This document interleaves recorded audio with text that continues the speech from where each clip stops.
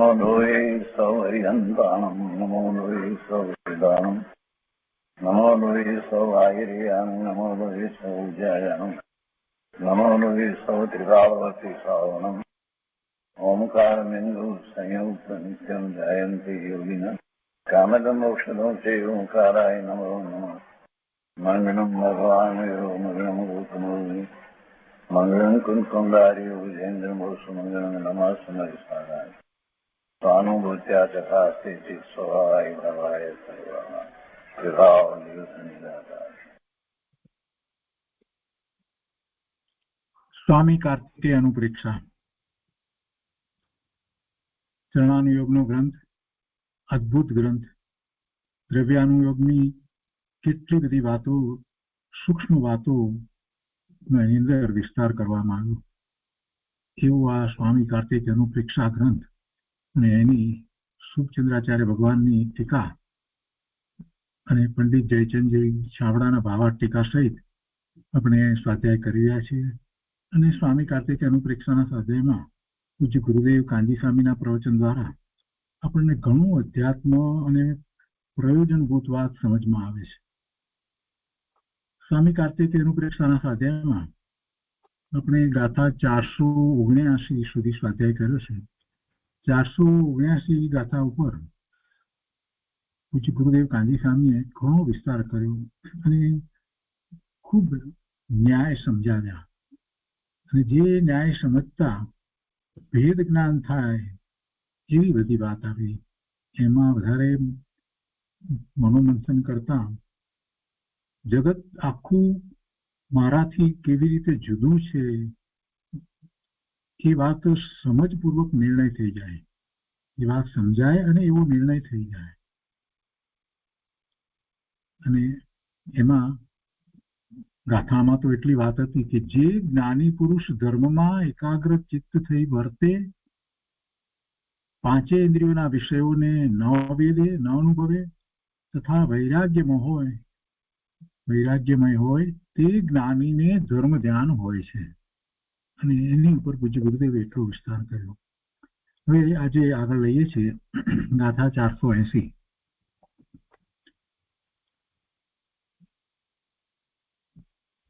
સુવિશુદ્ધ રાગ દ્વેષ બાહ્ય સંકલ્પ વર્જિત ધીરઃ એકાગ્ર મનઃ સંયત ચિંતયતિ તદપિ શુભ ધ્યાનમ. અભ્યંતર તપ કહો કે અંતરંગ તપ કહો, એમાં ધ્યાન એ અભ્યંતર તપ છે. એના 4 પ્રકાર સૌથી પહેલા જ શરૂઆતમાં જ કહ્યા. અને એમાં રૌદ્ર ધ્યાન અને આર્ત ધ્યાન જે છે તો છોડવા લાયક છે, કઈ રીતે છે એની વાત આવી. પછી ધર્મ ધ્યાનની શરૂઆત કરતા ધર્મ કોને કહેવાય એ સમજાયું અને એવું ધર્મ ધ્યાન કોને હોય એની વાત ગુરુદેવે કરી. હવે અહીંયા 480 ની અંદર આગળ વાત કહે છે કે જે પુરુષ રાગ દ્વેષ રહિત થઈ, બાહ્ય સંકલ્પોથી છૂટી, ધીર ચિત્તથી એકાગ્ર મનવાળો થઈ જે ચિંતન કરે છે તે પણ શુભ ધ્યાન છે. અશુભ ધ્યાનમાં તો રૌદ્ર ધ્યાન અને આર્ત ધ્યાનને લીધા અને શુભ ધ્યાનની અંદર આ ધર્મ ધ્યાન અને શુક્લ ધ્યાન લીધા છે. તો અહીંયા શુભનો અર્થ એમ નથી કે પુણ્યનો બંધ કરવા વાળો એવો શુભ ભાવ, એવો અર્થ નથી. શુભ ધ્યાન છે એટલે અહીંયા ધર્મ ધ્યાનની વાત ચાલે છે. તો જે પુરુષ રાગ દ્વેષ રહિત થઈ, બાહ્ય સંકલ્પોથી છૂટી, ધીર ચિત્તથી એકાગ્ર મનવાળો થઈ અને જે ચિંતન કરે છે તે પણ શુભ ધ્યાન છે. અહીંયા પણ કેમ મૂકવામાં આવ્યું? કેમ કે 479 ની અંદર પણ એ રીતે વાત લીધી હતી કે જે જ્ઞાની પુરુષ ધર્મમાં એકાગ્ર ચિત્ત થઈ વર્તે, પાંચે ઇન્દ્રિયોના વિષયોને ન વેદે, ન અનુભવે તથા વૈરાગ્યમય હોય તે જ્ઞાનીને ધર્મ ધ્યાન હોય છે. એમ એ વાત લીધી હતી કોને હોય છે એમ કરીને. તો એટલે અહીંયા એક શબ્દ મૂક્યો કે આ પણ જે છે તે ધર્મ ધ્યાનમાં છે એમ વાત મૂકી. આવું ચિંતન કરે છે, રાગ દ્વેષથી રહિત થઈ અને બાહ્ય સંકલ્પોથી છૂટી, ધીર ચિત્તથી એકાગ્ર મનવાળો થઈ અને જે ચિંતન કરે છે તે પણ શુભ ધ્યાન છે. એટલે એ ધર્મ ધ્યાનમાં છે.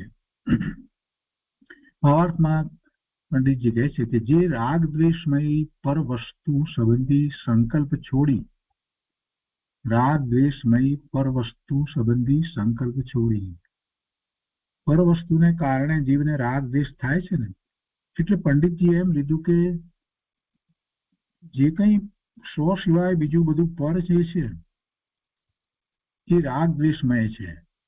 એના પ્રત્યે જીવને રાગ કે દ્વેષ થાય છે. જે પર છે તે જ એનાથી જુદું જે પર છે, ચેતન અને અચેતન બંને પ્રકારનું જે પર છે એના સંબંધી, એટલે એનું લક્ષ્ય કરતા જીવને રાગ અને દ્વેષના પરિણામ થાય છે. ક્રોધ, માન, માયા, લોભના નવ કસાય કયા એવા પરિણામ થાય છે. એટલે પંડિતજીએ એને એક શબ્દની અંદર કહી દીધું, એ બધી પર વસ્તુની આગળ એક વિશેષણ મૂકી દીધું કે રાગ દ્વેષમય છે પર વસ્તુ.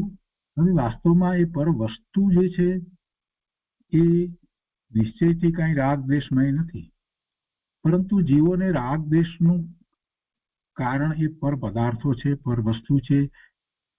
ચેતન હોય કે જળ હોય બધા જ એનું લક્ષ્ય કરતા એવા શુભ કે અશુભ ભાવે થાય છે, એટલે એને રાગ દ્વેષમય પર વસ્તુ કહી. જે રાગ દ્વેષ કરે છે એને એ પર વસ્તુ નિમિત્ત કારણ છે, એટલા માટે રાગ દ્વેષમય પર વસ્તુ. એટલે પર વસ્તુ માટે એવું વિશેષણ મૂક્યું રાગ દ્વેષમય. એક શબ્દનું મહત્વ છે કે જે રાગ દ્વેષમય પર વસ્તુ, એવી પર વસ્તુ સંબંધી શું થાય? પર વસ્તુ સંબંધી તો સંકલ્પ વિકલ્પ જ થાય. તો એ પર વસ્તુને પ્રાપ્ત કરવાનો જેને એમાં એને હિતની બુદ્ધિ હોય એના સંકલ્પો કરે, અથવા તો એ પર વસ્તુ પોતાને દુઃખનું કારણ છે તો એવા સંકલ્પ કરે કે એને કઈ રીતે દૂર કરવું. એટલે એના સંબંધીના સંકલ્પ છોડી કોઈનો ચડાવ્યો પણ ન ચડે એવો એકાગ્ર ચિત્ત બની ચિંતન કરે છે તે પણ શુભ ધ્યાન છે. અને એનો વિસ્તાર પૂજ્ય ગુરુદેવે જે કર્યો છે તે આપણે લઈએ. ગાથા 480.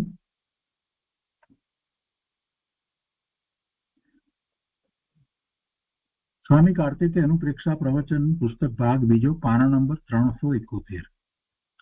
અહીંયા ગુરુદેવ અર્થને ફરીથી કહે છે, જે પુરુષ રાગ દ્વેષ રહિત થઈ બાહ્ય સંકલ્પોથી છૂટી ધીર ચિત્તથી એકાગ્ર મનવાળો થઈ ચિંતવન જે કરે છે તે પણ શુભ ધ્યાન છે. ચિંતવન છે તે શુભ ધ્યાન છે. જો ધર્મ ધ્યાન કોને હોય છે? ગુરુદેવ કહે છે કે જો અહીંયા શું કહે છે? ધર્મ ધ્યાન કોને હોય છે? જે પ્રથમ નક્કી કરે કે રાગ દ્વેષ મારા સ્વભાવમાં જ નથી, રાગ દ્વેષ મારા સ્વભાવમાં જ નથી, તેને ધર્મ ધ્યાન હોય છે. જેના રહિત થવું છે, જેનાથી રહિત થવું છે, રાગ દ્વેષથી રહિત થવું છે, જો સ્વભાવમાં હોય તો એ નીકળી શકે નહીં. એટલે એનાથી રહિત થવું છે એટલે પહેલો તો નિર્ણય હોવો જોઈએ કે એ નીકળી શકે છે. અને નીકળી શકે છે એટલા માટે કે પોતાની વસ્તુ નથી, પોતાના સ્વભાવમાં નથી. એવો નિર્ણય કરે અને પછી શરૂઆત કરે તો જ રાગ દ્વેષ રહિત થાય. રાગ દ્વેષને પોતાનો સ્વભાવ માનશે ત્યાં સુધી રાગ દ્વેષને એ છોડવાનો નથી. જેનાથી રહિત થવું છે એ જો સ્વભાવમાં હોય તો નીકળી શકે નહીં, પણ આ રાગ દ્વેષ તો કાંઈ એનો સ્વભાવ નથી એટલે એનાથી નીકળી શકે છે. અને અનંત જીવોએ એમ રાગ દ્વેષને છોડ્યા છે, એનાથી રહિત પોતાના સ્વરૂપની પ્રાપ્તિ કરી છે. ગુરુદેવ કહે છે કે એકમેક થઈ ગયા હોય તો એમાંથી છૂટી શકાય નહીં. એ માટે રાગ દ્વેષ રહિત મારો સ્વભાવ છે એવો નિર્ણય પ્રથમ કરવો જોઈએ.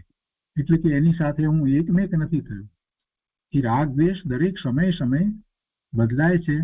એ રાગ દ્વેષ મારા સ્વરૂપમાં નથી પણ પર્યાયમાં છે, અને પર્યાય દરેક સમયે બદલાય છે.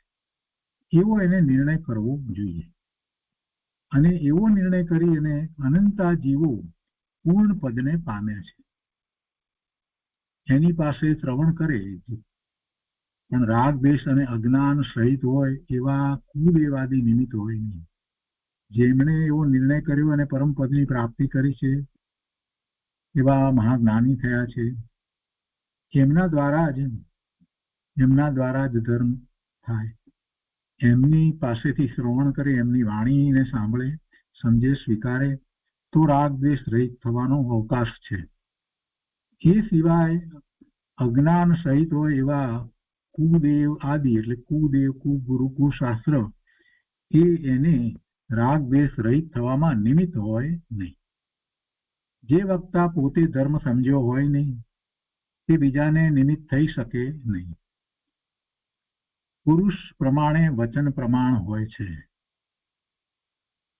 જેવા પુરુષ છે, સત્પુરુષ છે, તો એ પ્રમાણે એમના વચન હોય છે.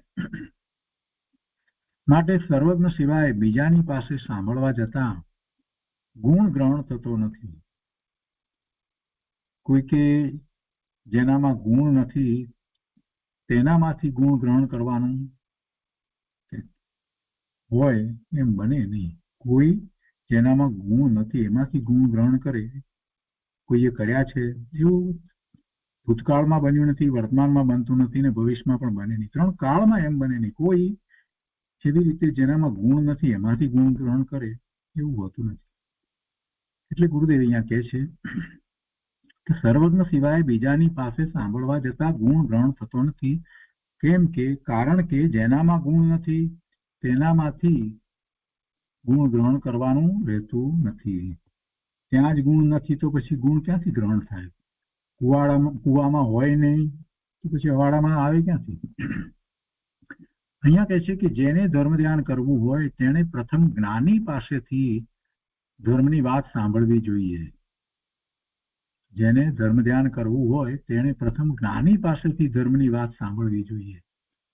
તે કહે છે, જેમ જ્ઞાની કહે છે, કેમ કે એ ધર્મ પામ્યા છે,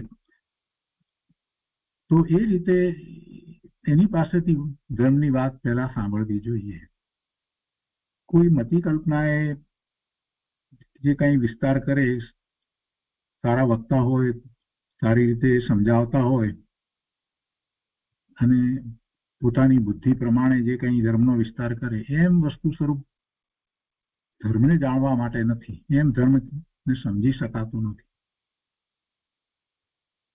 કોઈ કે મને કહ્યું કે તમે આમ વાંચી જાઓ છો એમ ગુરુદેવનું, એમ તો કે અમે પણ વાંચી લઈએ. મેં કહ્યું સરસ વાત છે ને, અમે ક્યાં ના પાડીએ જ છીએ, પ્રભુ વાંચો. એમ કે તમે જાતે એકલું એમ સમજાવતા નથી તો ગુરુદેવનું વાંચો છો એમ કહેવાનું હશે. એવું હતું. એ તો કે બધા વાંચી લેવાય, એમાં પુસ્તકમાં છે ને. મેં કીધું અમે ગુરુદેવ સિવાય બીજી વાતને કહેતા નથી. ગુરુદેવ ધર્મ પામ્યા તો એમની જ વાત હોય ને, એમના સિવાય ક્યાંથી બીજેથી ધર્મની વાત મળે? ગુરુદેવ સિવાય અમે કે કૃપાળુદેવ સિવાય અમે બીજાની વાત નથી કરતા. કેમ કે અમને એ 2 ગુરુ મળ્યા છે ને એમણે જ ધર્મની વાત સમજાવી છે. એટલે અમારે બીજાની કોઈની વાતને કહેવી નથી કે અમારી મતિ કલ્પનાએ કાંઈ કહેવું નથી. બીજા પોતાની મતિ કલ્પનાથી બધું ઘણું સમજાવે પણ અમને એ માન્ય નથી. અહીંયા ગુરુદેવ કહે છે કે ભાઈ જે ધર્મ પામ્યા હોય એની પાસેથી વાત ધર્મની મળે, બીજેથી ધર્મની વાત ક્યાંથી મળશે? બહુ સીધી સરળ વાત છે. નિમિત્ત કોણ હોય? જ્ઞાની પુરુષ નિમિત્ત હોય. જ્ઞાની પુરુષની વાત નિમિત્ત હોય, જીનવાણી નિમિત્ત હોય, બીજા કાંઈ નિમિત્ત હોય નહીં. વક્તા તો જગતમાં ઘણા હોય, સારા વક્તા હોય, પણ એથી શું છે? જેને ધર્મ ધ્યાન કરવું હોય તેણે પ્રથમ જ્ઞાની પાસેથી ધર્મની વાત સાંભળવી જોઈએ. તે કહે છે જેમ કોઈ માણસને નોકરી કરવી હોય તો પહેલા જેની નોકરી કરવી હોય તેની બરાબર પરીક્ષા કરે કે આ માણસ મને મહિને પૂરેપૂરો પગાર આપી શકે એમ છે કે નહીં, અને તે પછી તેની નોકરી કરે. એની પાસેથી પૈસા મળે એમ હોય તો એની નોકરી કરે ને. તો તેમ જેની પાસેથી ધર્મ સાંભળવો છે તો તેને ધર્મ પ્રગટ થયો છે કે નહીં તે પ્રથમ જાણવું જોઈએ. જેને ધર્મ પ્રગટ નથી થયો અને સુભાવની ઘણી સારી રીતે વાત કરતા હોય, શાસ્ત્ર વિનાય વાત કરતા હોય આમ નામ, અથવા તો શાસ્ત્રમાંથી કે કૃપાળુદેવના વચનામૃતમાંથી એક લીટી લે અને બાકી એક લીટી ઉપર 1 કલાક બધું પોતાનું જ ચલાવે, તો એમ કઈ ધર્મની વાત નથી થતી. ગુરુદેવ શું કહે છે કે તમારે પૈસા જોઈએ છે, નોકરી કરવી છે, તો તમે નિર્ણય કરો છો ને કે પેલો પૈસા આપી શકશે કે નહીં. તો એવી રીતે ધર્મ પામવો છે તો પેલા જેની પાસેથી ધર્મ પામવો છે એ ધર્મ પામ્યા છે કે નહીં એવો તો નિર્ણય કરવો જોઈએ ને. એ જ ધર્મની વાત કહેશે ને, એ જ ધર્મનું સાચું સ્વરૂપ સમજાવશે ને. કહે છે કે એમ જેની પાસેથી ધર્મ સાંભળવો છે તેને ધર્મ પ્રગટ થયો છે કે નહીં તે પ્રથમ જાણવું જોઈએ. જો આગળ આચાર્ય ભગવાન 5 બ્રહ્મચારી તીર્થંકરોને નમન કરશે. આચાર્ય ભગવાન પોતે બાળ બ્રહ્મચારી હતા, એટલે મુખ્ય બ્રહ્મચારી તીર્થંકરોને વંદન કર્યું છે. જેથી કરી અને તીર્થંકરોમાં ફેર છે એમ નથી, તીર્થંકર તો તીર્થંકર જ છે બધા, પણ છતાંય પોતે બ્રહ્મચારી હતા એટલે બ્રહ્મચારી તીર્થંકરો 5 જે છે એમને વંદન કર્યા છે. આગળ આવે છે વાત, એટલે ગુરુદેવે અહીંયા લીધું છે. પણ એનો અર્થ એવો નથી કે કઈ તીર્થંકરોમાં ફેર છે એમ નથી, પણ એ વખતે એવો એમને વિકલ્પ આવ્યો. 12મા તીર્થંકર વાસુપૂજ્ય સ્વામી, 19મા તીર્થંકર શ્રી મલ્લીનાથ સ્વામી, 22મા તીર્થંકર શ્રી નેમનાથ સ્વામી, 23મા શ્રી પાર્શ્વનાથ સ્વામી અને 24મા મહાવીર સ્વામી. એ 5 તીર્થંકરો બાળ બ્રહ્મચારી હતા. 5 તીર્થંકરો બાળ બ્રહ્મચારી હતા, માટે 5ને વંદન કર્યું છે. આ ઉપરથી એમ નક્કી થયું કે વિતરાગ સર્વજ્ઞની પરંપરામાં 5 તીર્થંકરો બ્રહ્મચારી હતા. એમ ન માને તો સમજવું કે તે સાચી પરંપરા નથી. એટલે કેટલાક એમ માને છે કે મહાવીર સ્વામી ભગવાન એ બાળ બ્રહ્મચારી ન હતા, એમના લગ્ન થયા હતા વગેરે, પણ વસ્તુ એમ નથી. મહાવીર સ્વામી ભગવાન, વર્તમાન મહાવીર સ્વામી ભગવાન પણ બાળ બ્રહ્મચારી હતા. ગુરુદેવ કહે છે કે જગતમાં માલ લેવા જાય તો ત્યાં પણ બરાબર પરીક્ષા કરે, અને ધર્મ જે અપૂર્વ છે તેની પરીક્ષા ન કરે તો ચાલે નહીં. પરીક્ષા કર્યા વગર એમ ને એમ ધર્મ થઈ જાય એમ નથી. માટે જેને કલ્યાણ કરવું હોય તેને પહેલા પુરુષને નક્કી કરવો પડશે.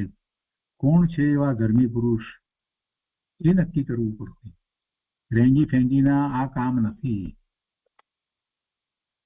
કહીએ છીએ ને કહેવતમાં કે રણે ચડ્યો રજપૂત છૂપે નહીં. એટલે કે જે જ્ઞાની હોય કાંઈ છુપાતા નથી. જ્ઞાની ધર્મી પુરુષનો ખ્યાલ આવી જાય છે. એની એક વાત કહી છે, રણે ચડ્યો રજપૂત છૂપે નહીં. તો એક વખત વાણિયાની જાનમાં એક ગરાસિયાને લઈ ગયા. રસ્તામાં ચોર આવ્યા ત્યારે પેલો ગરાસિયો, રજપૂત ગરાસિયો કહે કે આ વાણિયાએ મને ગાડી બેસાડ્યો છે, જાનમાં મને લઈ આવ્યા છે, હું સાથે છું ત્યાં સુધી કોઈના ઉપર કે હાથ પડવો ન જોઈએ, કેમ કે અમે ક્ષત્રિય છીએ, કાં મારીએ અને કાં મરીએ, વાણિયાની જેમ બેવલાપણું કરીએ નહીં. એટલે એ તો તરત ઉઠ્યો, એમ લડવા માટે ઉઠ્યો. તો એમ આત્મા રાજપુત્ર છે. પોતાના જ્ઞાન દર્શન શક્તિથી આત્મા શોભી રહ્યો છે. તો એ એવા ટાણા આવે ત્યારે માય કાંગલાપણું કરે નહીં. વખત આવે ધર્મી માથા આપે. રાગથી કે નિમિત્તથી ધર્મ માને નહીં. જો અહીંયા એક પ્રકારનું આત્માનું શૌર્ય બતાવ્યું છે કે જે અનંત ગુણનો સ્વામી ભગવાન આત્મા, એને કઈ દીનતા હોય નહીં, એને માય કાંગલાપણું હોય નહીં, અનંત ગુણનો સ્વામી છે. તો એ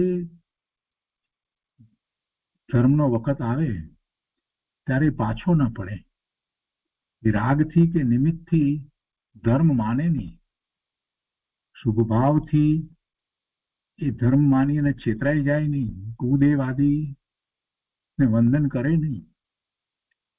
દેહ જતો હોય તો જતો કરે, પણ તે ધર્મી જ્ઞાની જેને આત્માની અનુભૂતિ થઈ છે એ ડગતો નથી.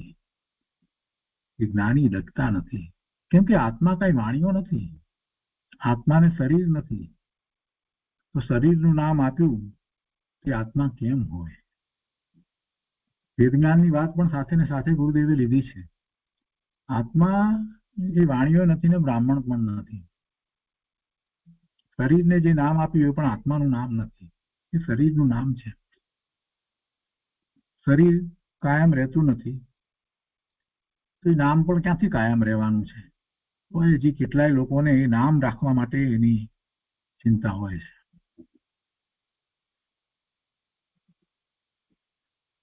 એટલે કે ગુરુદેવ કહે છે કે એવા જ્ઞાની ધર્માત્માની બરાબર પરીક્ષા કરવી જોઈએ. કોણ છે એવા જ્ઞાની ધર્માત્મા?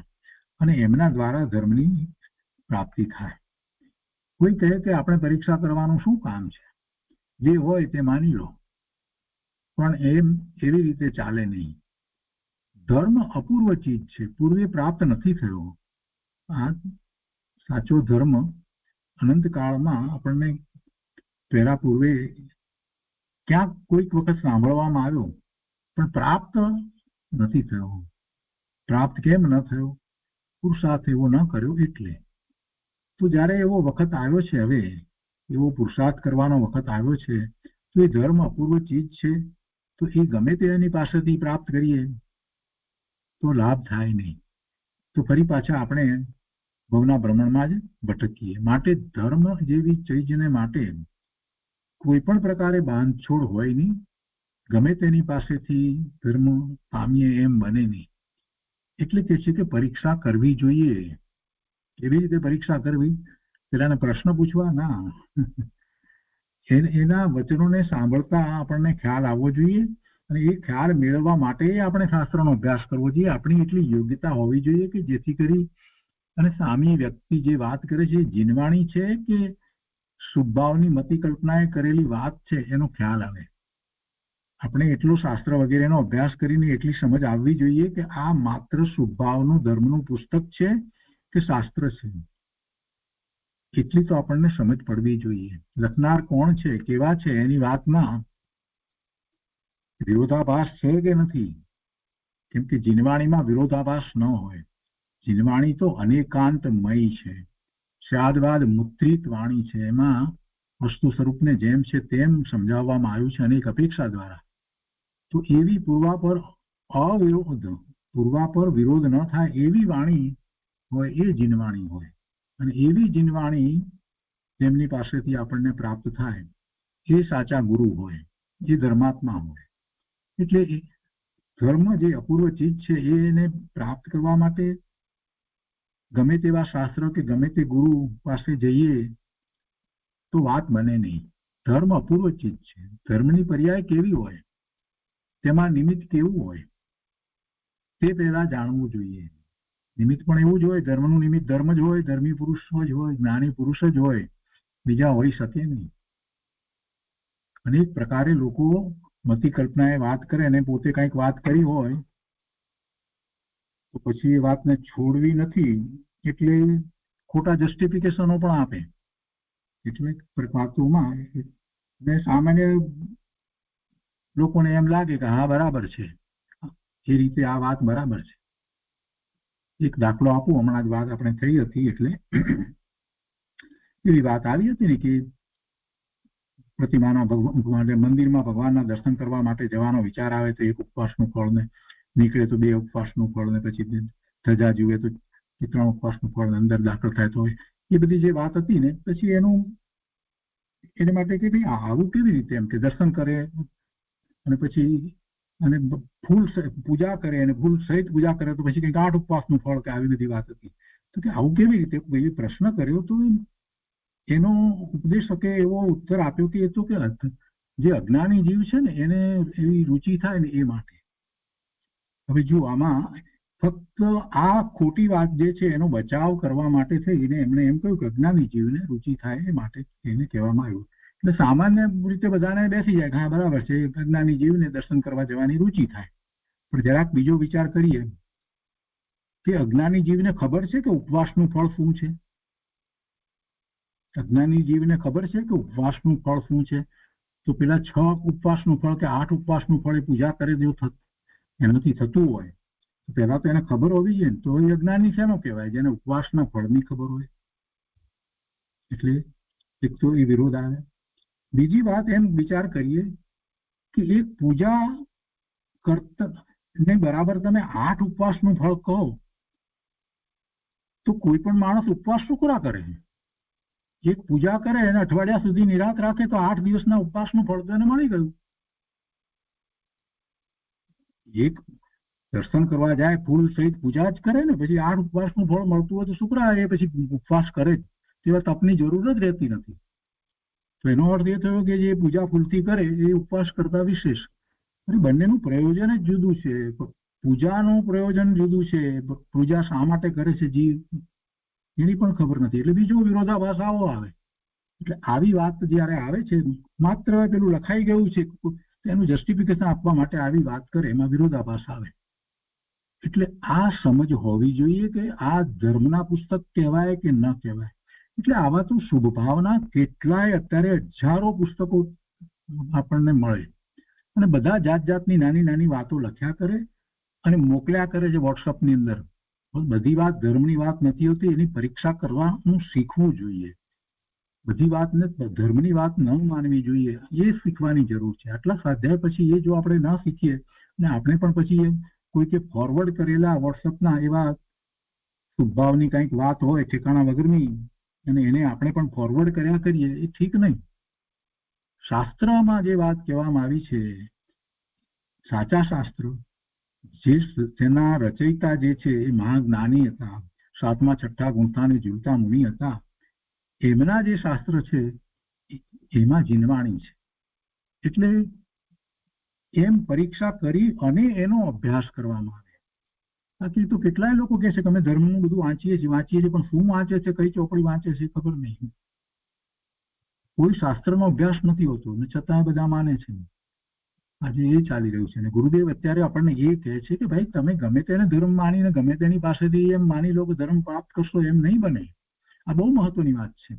અને શા માટે જે છે તો કે ધર્મ અપૂર્વ ચીજ છે. પૂર્વે આપણને એની પ્રાપ્તિ માટે કેટલોય વખત પુરુષાર્થ કર્યો છતાં પ્રાપ્તિ નથી થઈ, તો આપણી ક્યાંક ભૂલ થઈ છે. હવે ફરી એવી ભૂલ ન થાય.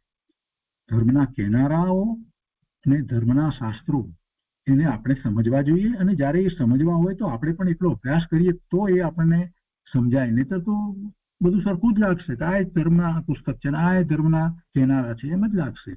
જાતે પોતે અભ્યાસ કરી અને એ સિસ્ટમમાં આવે ત્યારે કંઈક સમજ પડે કે શેને ધર્મ કહેવાય. ગુરુદેવ કહે છે કે ધર્મ અપૂર્વ ચીજ છે, અપૂર્વ ચીજ છે. ધર્મની પર્યાય કેવી હોય, તેમાં નિમિત્ત કેવું હોય તે પહેલા જાણવું જોઈએ. જેને રાગ પુણ્ય અને નિમિત્તના આશ્રયે ધર્મ બનાવ્યો છે એવા કુદેવ આદિના નિમિત્તે રાગ દ્વેષ રહિત થવાય નહીં. જેણે રાગ શુભાવ પુણ્ય અને નિમિત્તના આશ્રયે ધર્મ બનાવ્યો છે એવા કુદેવ આદિના નિમિત્તે રાગ દ્વેષ રહિત ધર્મ રહિત થવાય નહીં. પણ વિતરાગી સર્વજ્ઞ પુરુષે રાગ આદિથી રહિત આત્મા છે એમ કહ્યું છે, તો એવા સાચા દેવ આદિના નિમિત્તે રાગ આદિ રહિત થવાય છે. ગુરુદેવ કહે છે કે આત્માએ રાગ દ્વેષથી રહિત થવું તે પણ નાસ્તિનું કથન છે. એનાથી રહિત થવું એટલે તો નાસ્તિનું કથન છે. તો કેવા થવું, અસ્થિપૂર્વક શું છે ધર્મ? તો કે છે કે સ્વભાવ શુદ્ધ છે અને એવા સ્વભાવ ભાવે થવું એ ધર્મ છે. સ્વભાવ શુદ્ધ છે એના આશ્રયે રાગ દ્વેષ થતા નથી, એ વાત યથાર્થ છે. સ્વભાવ ભાવે થવું એ અસ્થિપૂર્વકનું કથન છે. અને તે પર્યાયને શુભ ધ્યાન એટલે શુદ્ધ સારું ધ્યાન કહે છે. શુભ ભાવ નહીં, શુદ્ધ ધ્યાન અહીંયા કહ્યું છે. એટલે શુભ ભાવ એવો અર્થ અહીંયા ના કરવો, એટલે શુદ્ધ સારું ધ્યાન કહે છે. ભાવાર્થને ગુરુદેવ વાંચનમાં લીધો છે કે જે રાગ દ્વેષમય પર વસ્તુ સંબંધી સંકટ છોડી કોઈનો ચડાવ્યો પણ ન ચડે એવો એકાગ્ર ચિત્ત બની ચિંતન કરે છે, તે પણ શુભ ધ્યાન છે. અહીં રાગ દ્વેષમય પર વસ્તુનું એટલે રાગ દ્વેષોના નિમિત્તોનું લક્ષ છોડી દે છે એમ કહેવું છે. રાગ દ્વેષમય પર વસ્તુનું એટલે કે રાગ દ્વેષના નિમિત્તોનું લક્ષ છોડી દે છે એમ કહેવું છે.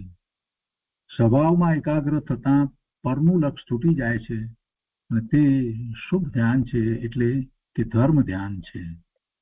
તો એ 480મી ગાથાનો વિસ્તાર પૂરો થયો.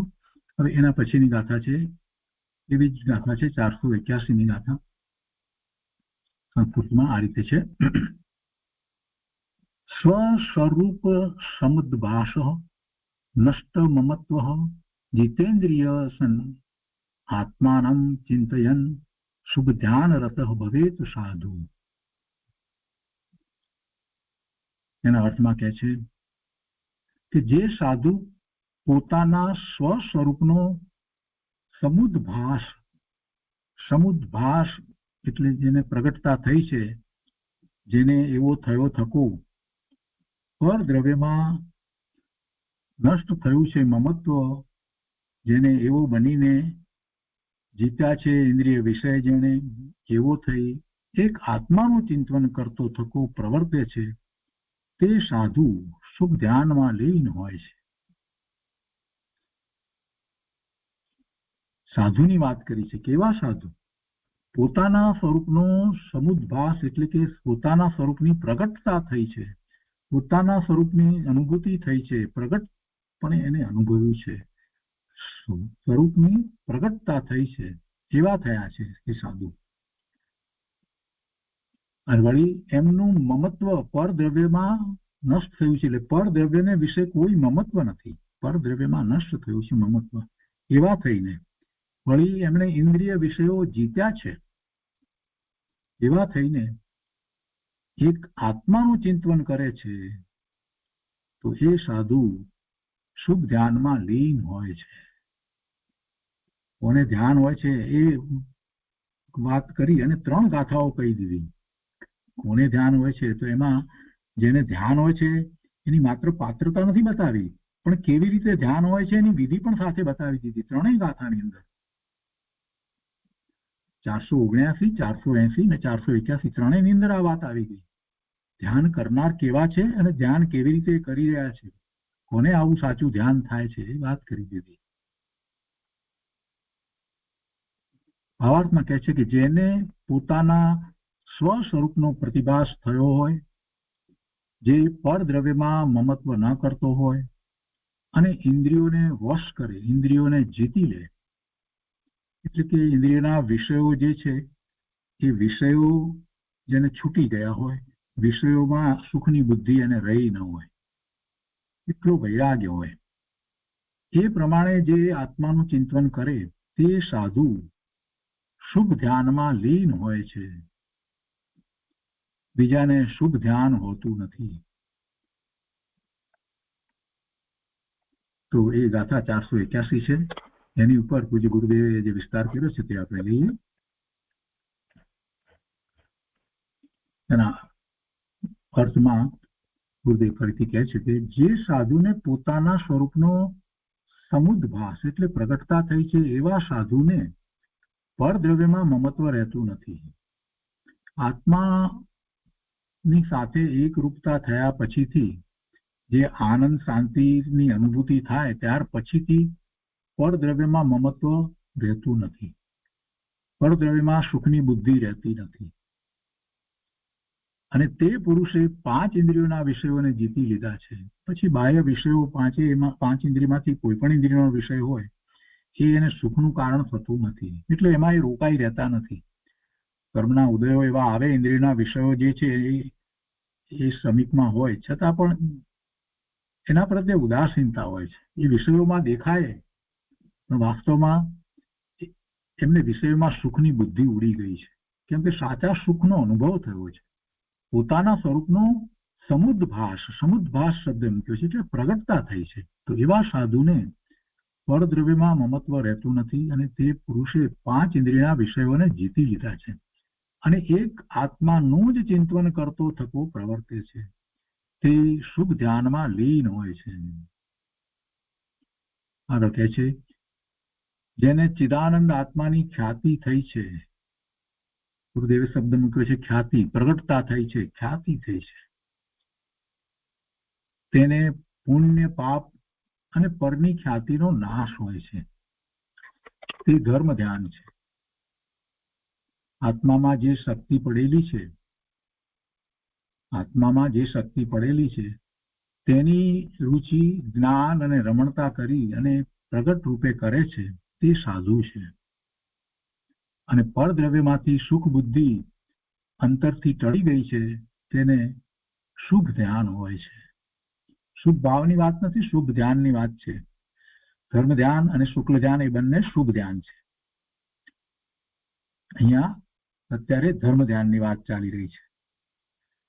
ભાવાર્થમાં કહે છે કે જેને પોતાના સ્વરૂપનો પ્રતિભાસ થયો હોય, જે પરદ્રવ્યમાં મમત્વ ન કરતો હોય અને ઇન્દ્રિયોને વશ કરે. હવે ઇન્દ્રિયોને વશ કરે એ તો વ્યવહાર રહીનું કથન છે.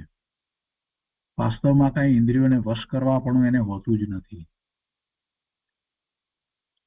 એવી વસ્તુની પ્રાપ્તિ થઈ છે, એવી શાંતિ, એવા આનંદ, એવા સુખની પ્રાપ્તિ થઈ છે, એટલે વારે વારે એ જ પ્રયત્ન, એ જ પુરુષાર્થ થયા કરે છે. અને એમ થાય છે તો પછી ઇન્દ્રિયના વિષયો જે છે એનું લક્ષ થતું જ નથી. અને ઇન્દ્રિયના વિષયો હવે સાવ ફિક્કા લાગે છે, નકામા લાગે છે. કેમ કે એમાં ખરેખર વાસ્તવમાં આનંદ નથી. એમાં માની લીધો કલ્પિત જે આનંદ હતો એ પણ દુઃખ ગર્ભિત આનંદ હતો. પેલા આકુતા વ્યાકુતા અને પછી વસ્તુ પદાર્થ પ્રાપ્ત થાય એટલે એમ માનતા કે આનંદ. પણ સાચો આનંદ જેમાં પર પદાર્થની અપેક્ષા જ નથી, ઇન્દ્રિયોની પણ અપેક્ષા નથી, અતિન્દ્રિયપણે જે અનુભવમાં આવે છે પોતાના સ્વરૂપમાંથી અનુભવાય છે. અને એક વાર અનુભવ્યા પછી વારંવાર એનો પ્રયત્ન કરતા કરતા એ વિશેષ અને વિશેષપણે અનુભવાતો જાય છે. દુઃખનો તો પ્રશ્ન જ નથી, આકુળતા વ્યાકુળતાનો પ્રશ્ન નથી. તો એ સાચું સુખ જેને પ્રાપ્ત થયું છે એને પછી ઇન્દ્રિયોના વિષયો છૂટી જાય છે.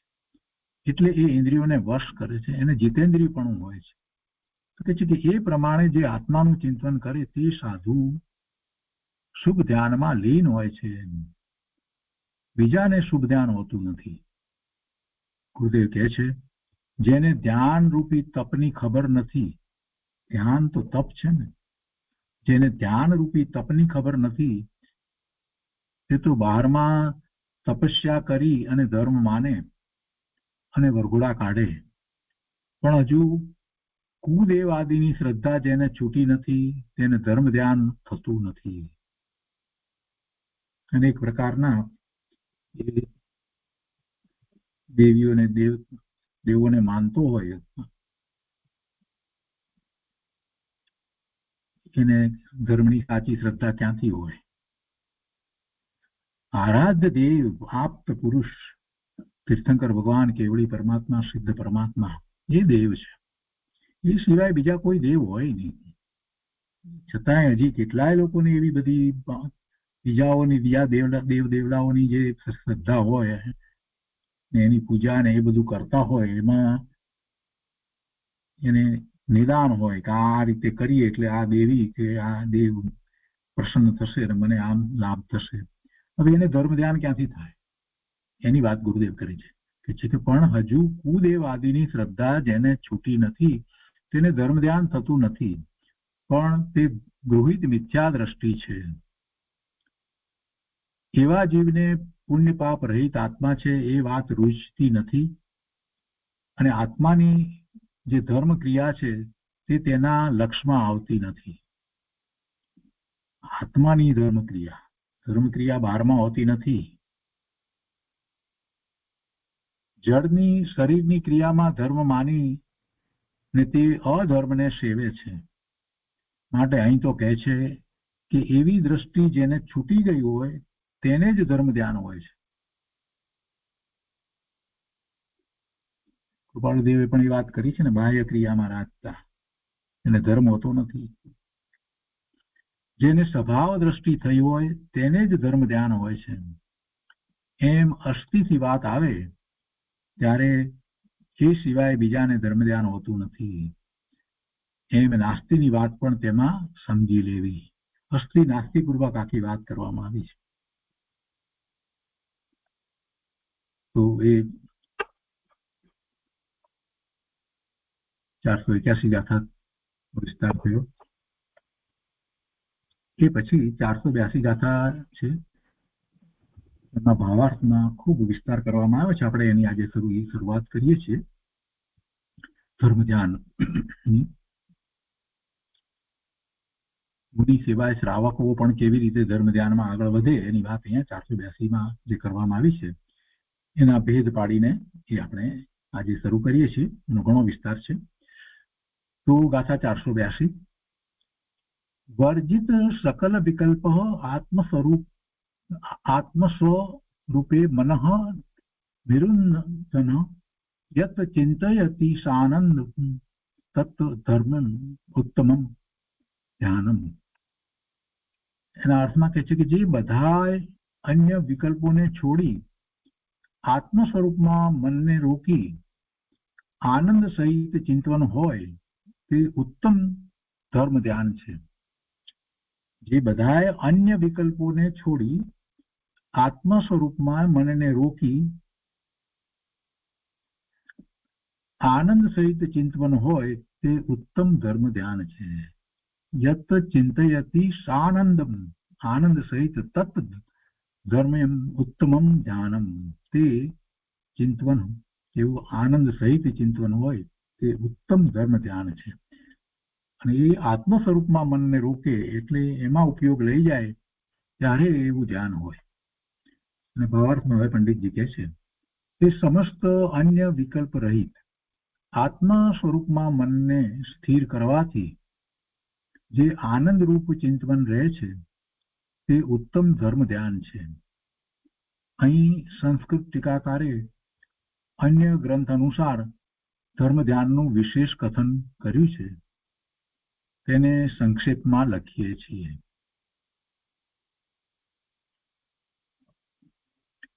ધર્મ ધ્યાનના 4 ભેદ કયા છે? ટીકાકારે આ સંસ્કૃતમાં જે આખું વર્ણન કર્યું છે એને પણ ટૂંકાવી અને પંડિતજી આપણને સમજાવે છે. તે છે કે ધર્મ ધ્યાનના 4 ભેદ કયા છે? આજ્ઞા વિચય, અપાય વિચય, વિપાક વિચય તથા સંસ્થાન વિચય. અને આનો સ્વાધ્યાય આપણે કર્યો છે. કૃપાળુદેવે પણ આનો ખૂબ વિસ્તાર કર્યો છે. એમને તો આ 4 ભેદ અને બીજા એને 4 પ્રકારે પણ પાછા જે કહેવામાં આવ્યા છે એમ 16ની વાત કૃપાળુદેવે કરી છે. તો બધા શાસ્ત્રમાં આ રીતે આ વાત તો છે જ. આજ્ઞા વિચય, અપાય વિચય, વિપાક વિચય તથા સંસ્થાન વિચય. તો ત્યાં જીવ આદિક 6 દ્રવ્ય, 5 અષ્ટિકા એટલે પંચાષ્ટિકાય, 4 તત્વ, 7 તત્વો, 7 તત્વ અને 9 પદાર્થોના વિશેષ સ્વસ્વરૂપ વિશિષ્ટ ગુરુના અભાવથી તથા પોતાની મંદ બુદ્ધિવશ પ્રમાણમય નિક્ષેપથી સાધી શકાય એવું સ્વરૂપ જાણી ન જાય ત્યારે એવું શ્રદ્ધાન કરે કે જે સર્વજ્ઞ વિતરાગ દેવે કહ્યું છે તે મારે પ્રમાણ છે. એ પ્રમાણે આજ્ઞા માની તે અનુસાર પદાર્થોમાં ઉપયોગને સ્થિર કરે તે આજ્ઞા વિચય ધર્મ ધ્યાન છે. એની આધારની ગાથા લીધી છે. સૂક્ષ્મમ વિનોદિતમ તત્વમ હેતુ પિર્નૈવ અન્યતે આજ્ઞા સિદ્ધમ તુ તદ્ગ્રાહ્યમ નાન્યથા વા વિનોજિના. જેમ જીનેશ્વર ભગવાને કહ્યું છે એ રીતે ભગવાનની આજ્ઞા એ પ્રમાણે છે. શું કે છે? બીજી રીતે પોતે સમજતો નથી અને એવા ગુરુ, વિશિષ્ટ ગુરુ ન મળ્યા હોય, વિશિષ્ટ ગુરુનો અભાવ એટલે વિશિષ્ટ ગુરુ પોતાને નથી મળ્યા અને પોતાની મંદ બુદ્ધિ છે, તો પછી જે નય નિક્ષેપથી જ અનેક પ્રકારની અપેક્ષા સહિત એટલે નયથી અને નિક્ષેપથી સાધી શકાય એવું સ્વરૂપ જાણ્યું ન હોય ત્યારે પછી શું કરે? કેવી રીતે શ્રદ્ધા કરે? તો કે છે કે જે સર્વજ્ઞ વિતરાગ એ દેવ કહ્યું છે તે મારે પ્રમાણ છે, એ જ બરાબર છે, એ જ મને માન્ય છે, એ મારે પ્રમાણ છે. સરસ રીતે વાત અહીંયા મૂકી છે. આ 4 ભેદની વાત કરી, આજ્ઞા વિચય, અપાય વિચય, વિપાક વિચય અને સંસ્થાન વિચય. એમાં આજ્ઞા વિચયનો અર્થ શું થાય? તો કે પ્રભુની આજ્ઞા, દિનેશ્વર ભગવાનની આજ્ઞા એ જ મારે પ્રમાણ છે, એ જ મારે પ્રમાણ છે. મારે બીજા કોઈ પ્રકારે માનવું નથી. જૈન દર્શનનું સ્વરૂપ બીજા ગમે તેટલી રીતે ગમે તેટલું વર્ણવે એ મને માન્ય નથી. મને તો જીનેશ્વર ભગવાને જેમ કહ્યું છે એ જ મને માન્ય છે, એ જ એમની આજ્ઞા છે. જીનેશ્વર ભગવાનની આજ્ઞામાં જ હું રહું એ જ આમન્યા છે. તો જ હું જૈન. હા, એવા ગણધર ભગવાન કે એવા આચાર્ય ભગવાન જે છે એમના દ્વારા એ વસ્તુ સ્વરૂપ સમજાવવામાં આવ્યું હોય તો મને માન્ય છે, પણ એ નથી. અહીંયા કહે છે ને કે એના અભાવમાં શું કહે છે કે એ 6 દ્રવ્ય, 5 અસ્તિકાય, 7 તત્વ અને 9 પદાર્થના વિશેષ સ્વ સ્વરૂપો, એના વિશેષ સ્વ સ્વરૂપ એટલે એ બધી વસ્તુને સમજી અને એને પોતાની પર ઉતારે સ્વ સ્વરૂપો. એવા વિશિષ્ટ ગુરુ એવા હોય, પણ એવા વિશિષ્ટ ગુરુ નથી, તો એવા વિશિષ્ટ ગુરુના અભાવથી એ નથી મળ્યા. તથા પોતાની પણ એવી તીવ્ર બુદ્ધિ નથી, એટલે પોતાની મંદ બુદ્ધિવશ પ્રમાણ નય નિક્ષેપથી સાધી શકાય એવું સ્વરૂપ જ્યારે જાણ્યું નથી ત્યારે શું કરે, કેવી રીતે શ્રદ્ધા કરે? તો કે છે કે એવું શ્રદ્ધાન કરે કે જે સર્વજ્ઞ વિતરાગ દેવે કહ્યું છે તે મારે પ્રમાણ છે. અને ગુરુ મળ્યા હોય ત્યારે પણ આપણે સર્વજ્ઞ દેવે કહ્યું છે તે મારે પ્રમાણ છે, તેમાં કોઈ વિરોધ આવતો નથી, કેમ કે ગુરુને પણ એ જ પ્રમાણ છે. સાચા ગુરુને પણ સર્વજ્ઞ દેવે જે કહ્યું છે એ જ પ્રમાણ છે. બરાબર. ગુરુદેવ કાંજી સ્વામી પોતે વારંવાર વાત એ કરતા હતા, કંઈક એવી ધર્મની વાત આવે ને કોઈકે કહી હોય તો પછી ગુરુદેવ એને સમજાવીને એમ કે ના એમ હોય નહીં, એ જીનવાણી હોય નહીં, એ જીનવાણીનું કથન ન હોય, ભગવાનની વાણી એવી હોય નહીં. કઈક વાત આવતી કે ભાઈ અમુક જગ્યાએ અમુક જાત્રા કરે તો એનું આમ થાય તેમ થાય, તો ગુરુદેવ કેટલી વાર એવી વાત કરી કે ના એ જીનવાણી હોય નહીં.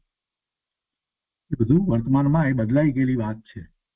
એટલે જીનવાણીની તો સાચા દેવ ગુરુની શ્રદ્ધા તો બધાને જ હોય છે. તો જે ગુરુ છે એને પણ જીનવાણીની જ શ્રદ્ધા છે, બીજી કોઈ શ્રદ્ધા નથી. એટલે આપણે પણ એ આજ્ઞામાં રહીએ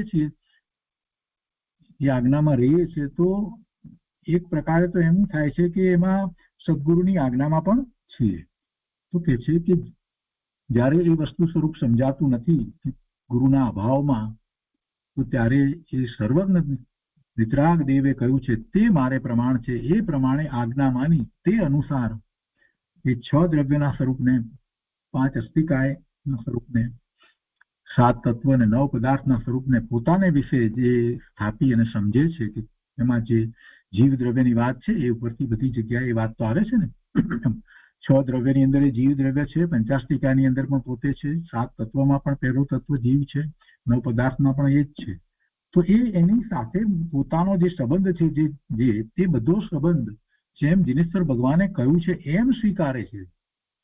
7 તત્વો આવડી ગયા એમ નહીં કે 6 દ્રવ્યના નામ આવડી ગયા એમ નહીં. 6 દ્રવ્યમાં જ જીવ દ્રવ્ય, એક દ્રવ્ય એ બીજા 5 દ્રવ્યથી કેવી રીતે જુદું પડે છે, આ બધી વાતો એમાં આવે. એવી રીતે 50% તો કે છે કે એ બધું જેમ ભગવાને કહ્યું છે તે પ્રમાણે, સર્વજ્ઞ વિતરાગ દેવે કહ્યું છે તે પ્રમાણે મને માન્ય છે, એ જ પ્રમાણ છે, એ જ પરમ સત્ય છે, એ જ મને સ્વીકાર્ય છે. એ પ્રમાણે આજ્ઞા માની, ભગવાનની એ આજ્ઞા છે એ માનીને તે અનુસાર પદાર્થોમાં ઉપયોગને સ્થિર કરે તે આજ્ઞા વિશે ધર્મ ધ્યાન છે. હવે એમાં આ વાત મૂકી પાછી કે એ અનુસાર પદાર્થોમાં ઉપયોગને સ્થિર કરે, એ અનુસાર ઉપયોગને સ્થિર કરે.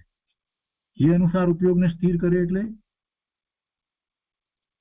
જ્યારે જીવની વાત આવે, 6 દ્રવ્યની અંદર પહેલું જીવ દ્રવ્ય, તો એ જીવ દ્રવ્યમાં બીજા દ્રવ્ય સાથેનો સંબંધ ને એનાથી કઈ રીતે જુદું છે, ભિન્ન છે, અને એ જીવ કેવો છે, એ ચેતન છે, અનંત ગુણનો પિંડ છે, એવું એ દ્રવ્ય છે જીવ દ્રવ્ય. તો એમાં એ ઉપયોગને સ્થિર કરે એ રીતે, તો તે આજ્ઞા વિષય ધર્મ ધ્યાન છે. એના પછી છે અપાય નામ નાશનું છે. અપાય નામ નાશનું છે. ત્યાં જેમ કર્મોનો નાશ થાય તેમ ચિંત દે. મિથ્યાત્વ ભાવ એ ધર્મમાં વિઘ્નનું કારણ છે. મિથ્યાત્વ એ ધર્મમાં મોટામાં મોટા વિઘ્નનું કારણ છે. મિથ્યા માન્યતા જેને કારણે એને મોહ હોય, એ વસ્તુ સ્વરૂપ જેમ છે એના કરતા વિપરીતપણે શ્રદ્ધતો હોય, એટલે ક્યારેય એ ધર્મ પામતો નથી. એટલે ધર્મમાં સૌથી મોટું વિઘ્નનું કારણ જો કાંઈ હોય તો મિથ્યાત્વ છે.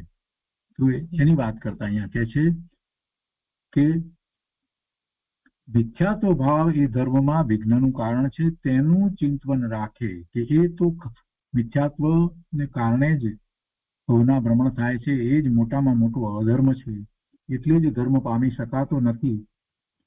એમ કરી અને એ મિથ્યાત્વને છોડવા માટેનો વિચાર કરે, અને એ મિથ્યાત્વને કારણે જ કર્મના બંધ થાય છે. જ્યાં સુધી મિથ્યાત્વ છે ત્યાં સુધી જ જીવને કર્મ બંધ છે.